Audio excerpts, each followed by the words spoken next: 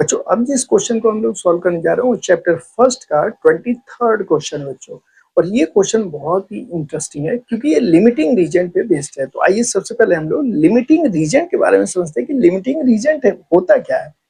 बच्चों ध्यान दीजिएगा, जो लिमिटिंग रीजन है उसे समझने के लिए मान लीजिए कि कोई रिएक्शन आपको दी है ए प्लस बी और यह फाइनली प्रोडक्ट बनना है ए प्लस बी की रिएक्शन से, या यहाँ पे दे दिया ए प्लस बी प्लस सी दे दिया और यहाँ पे कोई प्रोडक्ट बनना है। इस तरह की कंडीशन दी जा सकती है।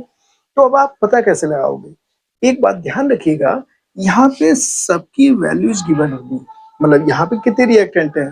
दो, तो यहाँ दोनों की वैल्यू गिवन होगी। यहाँ कितने? तीन, तो यहाँ तीनों की वैल्यू गिवन होगी।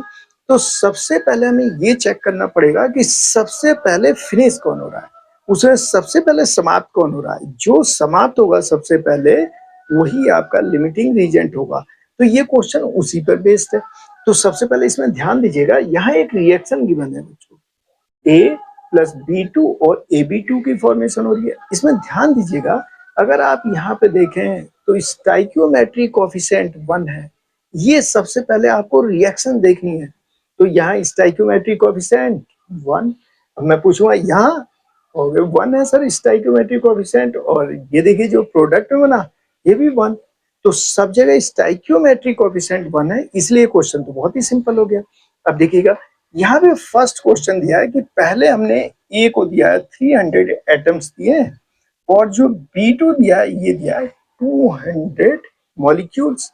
अब हमें ये पता लगाना है कि कौन पहले फिनिश होगा। तो कैसे पता लगाएंगे? तो आइए देखिए, मैं यहाँ पे लिखता हूँ A प्लस B2 रिएक्शन होके ये बन गया AB2। अब यहाँ कितना दिया है? 300 एटम्स दिए यहाँ पे, ध्यान दीजिएगा। यहाँ पे कितना दिया B2 की वैल्यू, ये तो दिया है A की वैल्यू। अब B2 वाली वैल्यू ये दी है, B की वैल्यू कितनी दी है? 200 मॉलिक्यूल्स दिए हैं बच्चों। अब ये बताइए कि यहाँ पे एक्सेस कौन सा है? मतलब जो 200 मॉलिक्यूल्स है ये 200 एटम से क्या करेंगे? रिएक्ट कर लेंगे, समझ रहे हैं? तो एक्सेस क्या बचेगा? 100 एटम्स। तो यहाँ तो बच जाएगा 300 में से जब आप 200 माइनस करेंगे तो यहाँ तो बच जाएगा 100 एटम्स। किसके? ए रिएक्टेंट के। और यहाँ तो 200 रिएक्ट ही करेंगे, 200 एटम से 200 मॉलिक्यूल, ये तो जीरो हो गया। इसके मतलब सबसे पहले फिनिश कौन हुआ? ये तो एक्सेस है, तो ये तो बच गया ना, 100 एटम्स बच गए यहाँ पे।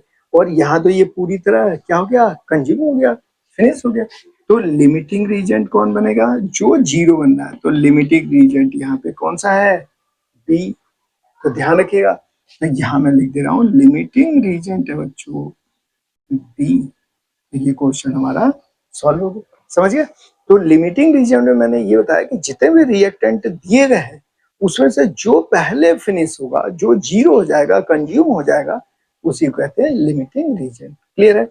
अब देखिए नेक्स्ट, यहाँ दिया 2 मोल ऑफ ए और 3 मोल ऑफ बी।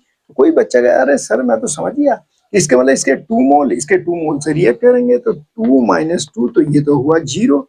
और यहाँ देखिएगा यहाँ से 3 मोल है और 2 मोल से ही रिएक्ट करेगा, तो यहाँ बच गया 1 मोल। तो ये तो एक्सेस हो गया। जीरो कौन सा हुआ? ये वाला। तो इसका लिमिटिंग रीजेंट हो गया ए। लिमिटिंग रीजेंट कौन सा हो गया? ए। ध्यान रखना है आपको। समझ में आया? समझ में आ रहा है आपको? अब यहाँ देखिए ये 100 एटम्स और ये 100, तो ये तो जीरो हो गए दोनों ही। 100 ऑफ ए जब रिएक्ट करेंगे 100 ऑफ बी से तो ये भी जीरो, और 100 मॉलिक्यूल जब 100 एटम से तो ये भी जीरो।